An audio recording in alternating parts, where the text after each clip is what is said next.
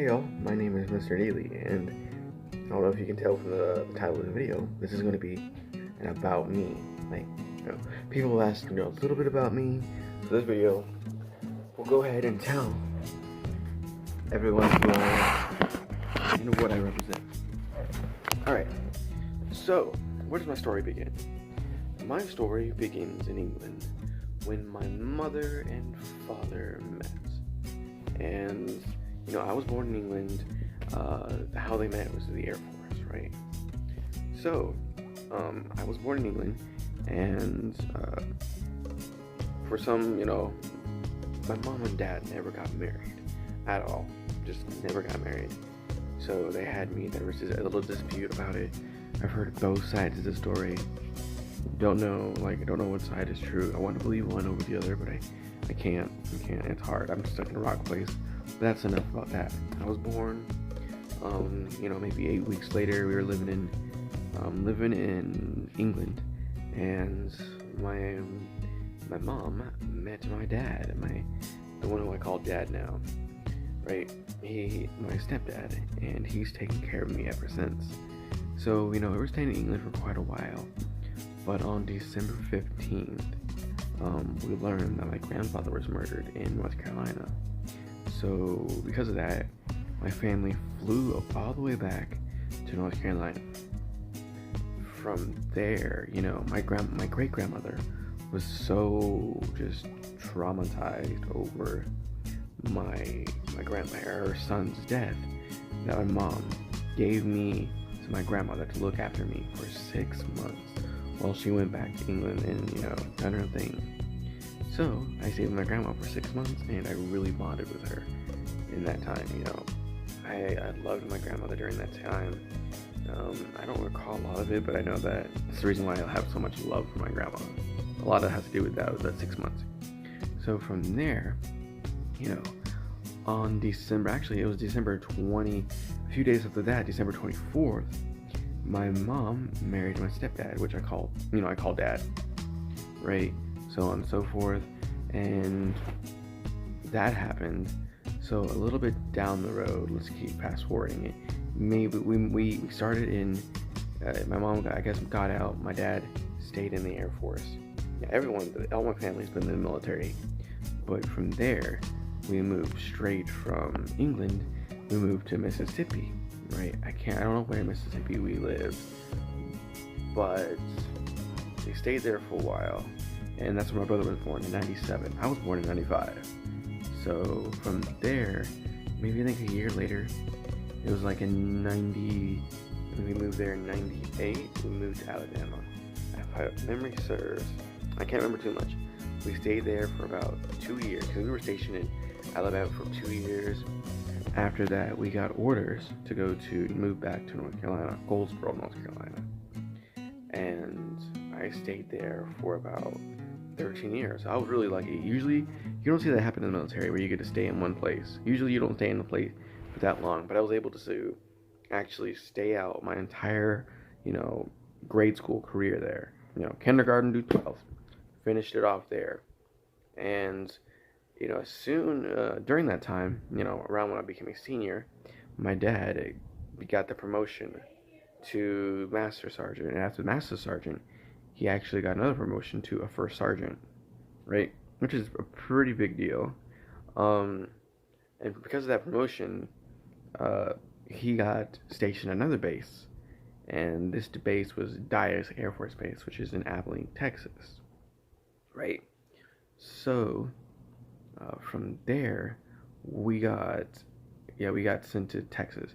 See, the biggest issue with this is that we needed to sell our house. So we couldn't really sell our house at the time. The market wasn't really that great for housing. So what we decided to do was to go ahead and buy a RV.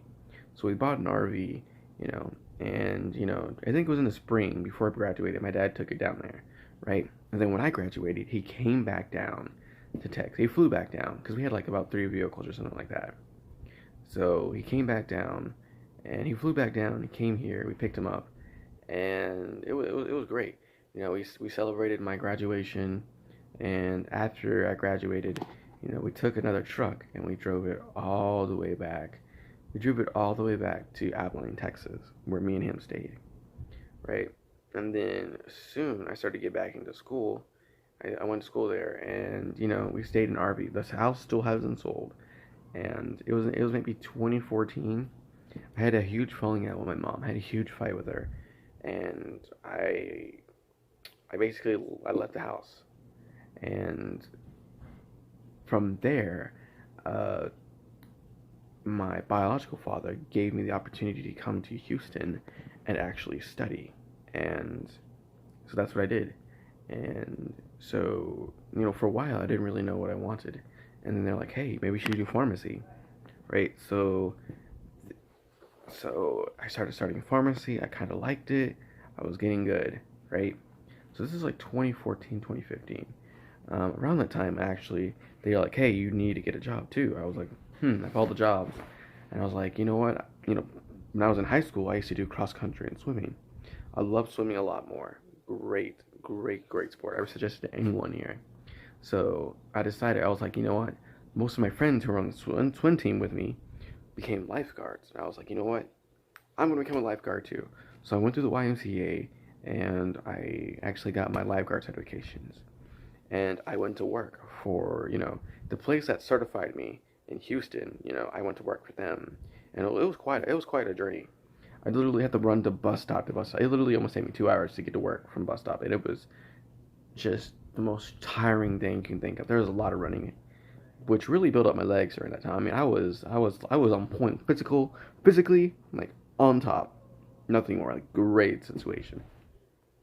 So, I worked for there for quite a while, and in the meantime, I also basically kind of like worked at another YMCA because we're all connected. So I started working at other YMCA's that really need some help, and yeah, I definitely helped out those people there. At the YMCA that was closer to my house, but it was outdoor pool. The one that I originally worked at was a indoor pool.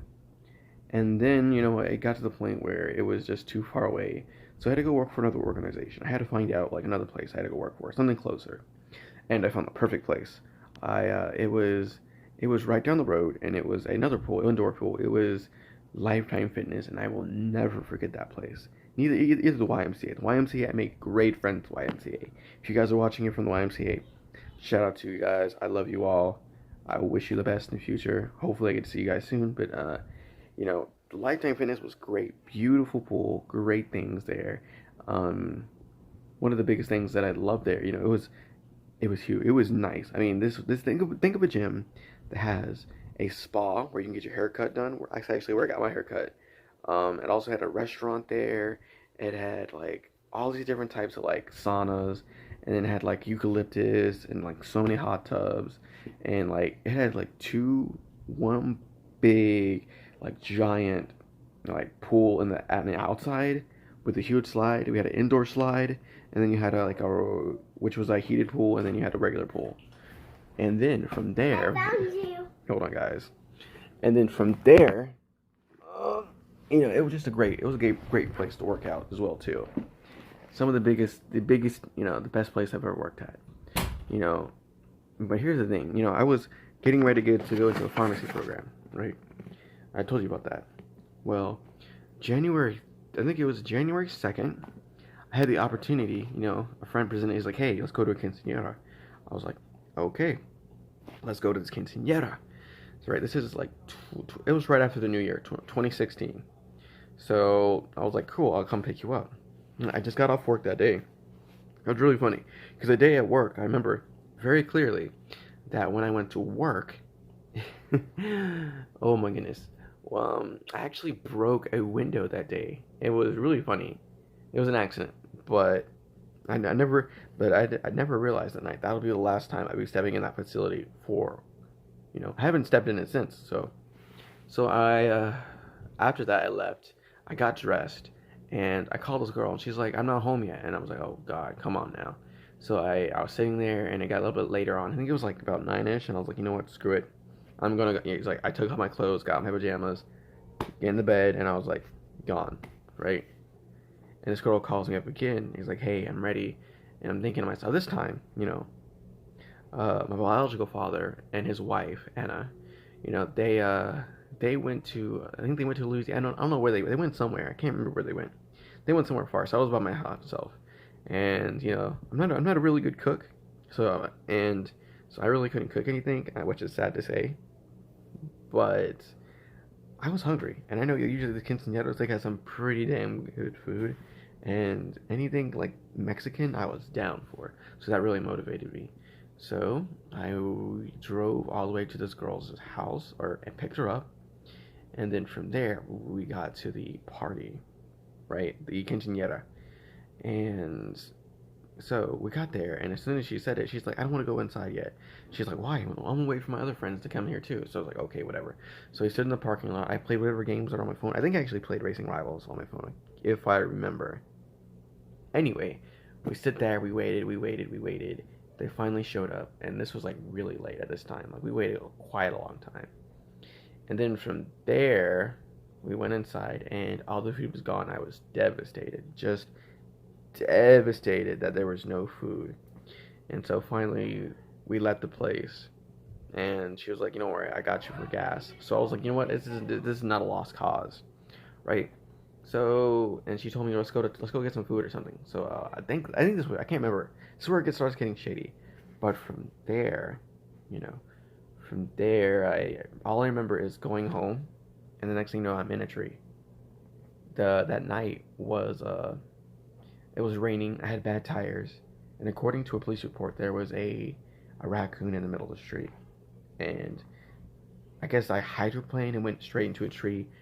It was out maybe 45 miles per hour, and upon impact, I did indeed lose my leg. It came completely off. It was actually found on the outside of the car. I don't know what type of condition it was in, but it could not been. It wasn't replaceable. They couldn't save it. I can tell you. From that, I also sustained my left femur was broken. So also it was I had some internal bleeding in my intestines. So they had to go inside of me and actually cut me open. My left finger, for some of you who know, that got nearly ripped down to the bone, where I can't move it whatsoever. I think the bone issue, you can actually see some of the trauma tissue that's right there on my hand. You can see it right there. From there, I have my ear, this ear right here nearly got ripped off, but they managed to save it, right? If you guys look closely there, if I lift up my hair, and that it wasn't as long as it was, you would see a scar, and you can see where they actually saved it, which was amazing. I thank those people. And I lost 3 of my teeth in a car accident, which is the reason why I don't really do too many like face videos. But we're trying to do that. We're trying to raise the money on the channel to get my teeth back. What else? What else? My arm was broken, believe it or not. They didn't manage to catch that at all. Like that was not catchable. Like it was a month later until we were like, oh, it's actually broken, but it healed up. So, I also had some bleeding in my lungs, a small brain hemorrhage that happened. Yeah, there was a lot. Medical bills turned out to be $1.5 million. Um, it was hard. It's heart wrenching. You have to come like. I was physically active when this accident happened. I was working out, doing all this stuff. I was on top of my game physically. And then, everything just was taken from me. I lost my job, everything. Not to mention, like, even after that, I technically lost my girlfriend, like, at the same time, too. Like, I was hoping it wouldn't happen, but, it was bound to happen. So that happened, and because of the pharmacy tech program that I was in, I wouldn't be able to contend that because it would require me to be staying on my legs for 8 hours, and I don't think I could do that even with a prosthesis right now. So I wasn't really kicked out of it, but I couldn't really do it anymore. So, I mean, it was life changing to know that the first time I realized I lost my leg was when they pulled me out of the car. They had to actually use a jaws of life to pry the door open. And it was about 45 minutes before they could actually get me out. And then when I looked down, because they actually had to pull me out on a seat. And I remember, thank God I wasn't wearing my seatbelt, because I actually had to cut that off too. And they managed to pull me out. And then when I looked down, they told me not to look. They told me don't look. And I looked down and I saw my leg. and it just hits you. That's like the hardest reality that hits you, like you lost your leg. The last thing I remember them is being put into an ambulance, and apparently in the back of the hand there's like a clock. I remember looking at the clock and closing my eyes, and then from there I just fell. And during that time I kind of like expected to die. I was like, you know what, I'm okay with this. I'm ready to die. Like I thought to myself, this is gonna happen. And I kept falling and falling and falling, and the next thing you know, I just felt like I just slowed down and just landed on the softest bed possible. And then it was, I woke up and they're like, "Hey, you're in the hospital," and they're like, "Oh, but guess what? You're going back into surgery," and I went back into surgery, and then I opened my eyes one more time, and right next to me was my mom. It was crazy. It was super crazy because she was like 7 hours away, and it was to me just like a few seconds. And I remember just crying so much. Just, my mom was crying. It was a really emotional time. I was like, I almost died, and I probably wouldn't have been able to see them again. Like even now, like I think about that moment. I remember like how everyone felt. It was a bad night, you know. But let's fast forward. I spent 2 weeks in the hospital. It was great. It was so great being in the hospital. Oh my God, no, I'm just kidding, guys. That was horrible. But then I went to a inpatient rehabilitation like hospital, which shout out to Kindred Hospitals because they were able to go ahead and help me rehabilitate. So I was in that hospital for about 2 weeks, and from there, after that 2 weeks, I went to Abilene, and West Texas. I went to West Texas Rehabilitation Center, and those people helped me. I did outpatient, but they helped me get strengthen and get me ready for a prosthesis. At the time, I was still on insurance, so all my medical bills for my accident, which was total over $1.5 million, they paid it off. And they got me a prosthesis, and the prosthesis I'm wearing now is about 140 to about $130,000. They paid for that as well, and that's the one I'm wearing now. It's the leg that I'm wearing. For any of you guys who are familiar with prosthesis, it's the Jeuneum X3. So I was able to wear that, and it was good. I finally worked up to it, started walking again. But unfortunately, one day I looked at my leg, my stub is something you would call it, and there's a hole there. And I was like, oh God, and like pus started coming out. And I was like, ugh. So I cleaned it up, probably put a Band-Aid over it, and then I got back on it. And then for like several days, this thing would not heal up. And then several days turned into a week. I told my doctors, and they're like, hey, you may have an infection. So what they did was they went ahead and they did a little bit of surgery, and they cleaned out the area and just stood me back up. Unfortunately, it opened up again, and I had to have additional surgery. Turns out there was an infection that was eating away at my bone marrow, so they actually cut off about another inch of my bone, and they shaped up my leg again. It was great. After that surgery, I had to be bedridden. Not really bedridden, but they put a midline, which is basically kind of like an IV, but instead of going to your arm, like your veins, whatever, right here in there, it goes through like right here in your arm, and it goes all the way straight to your heart. So I was on medicines for that. I was on IV therapy for about 6 weeks, 3 times a day. So I had to take it like at 7 in the morning, 12 or 8 in the morning, 12. It was 8, 12, and 8, 3 times a day. It was just phenomenal, guys. It was just, and in that time period, I actually gained weight. So when you gain weight, it makes it a little bit difficult for you to get back into your leg. So I had issues with that. So, and then at the time, I actually got kicked off the insurance because I had become 21. So I had issues with that. So I contacted DARS, and DARS is a Department of Rehabilitation Center or Services, and they actually helped me. DARS is the people that put me to school right now. They also helped me, get my leg, and they paid to get my socket refixed, which is the top part of the leg, basically the thigh, and they helped me get that part. From there, I was able to walk again, and that's about it. Because of this whole leg thing, I got really depressed. This is before I even got, I got started walking again. I created this channel out of depression. You know, I wanted to talk to somebody. I felt like I was kind of like trapped in this house. You know, I couldn't, like, all my friends were in Houston, and yeah, it was hard. But I created this channel because of that situation, and because of this, I've been able to grow this the way it is, and I'm able to meet, you know, tons of people, and you know, it's the greatest thing ever, and it's because of you guys I do this, and I really appreciate you guys coming out here and supporting me. So maybe I might go ahead and end this right now. Well, I am. It's gotta end at some point. But you know, I'm really happy to see where this channel's going, and I'd like to thank you. Thank you for going ahead and watching this video and learning a little bit about me, Mr. Deely, also known as Devin Locklear. And it was nice seeing you guys. So go ahead and leave a like on the video. You know, go ahead and leave a comment at the worst thing that's ever happened to your life.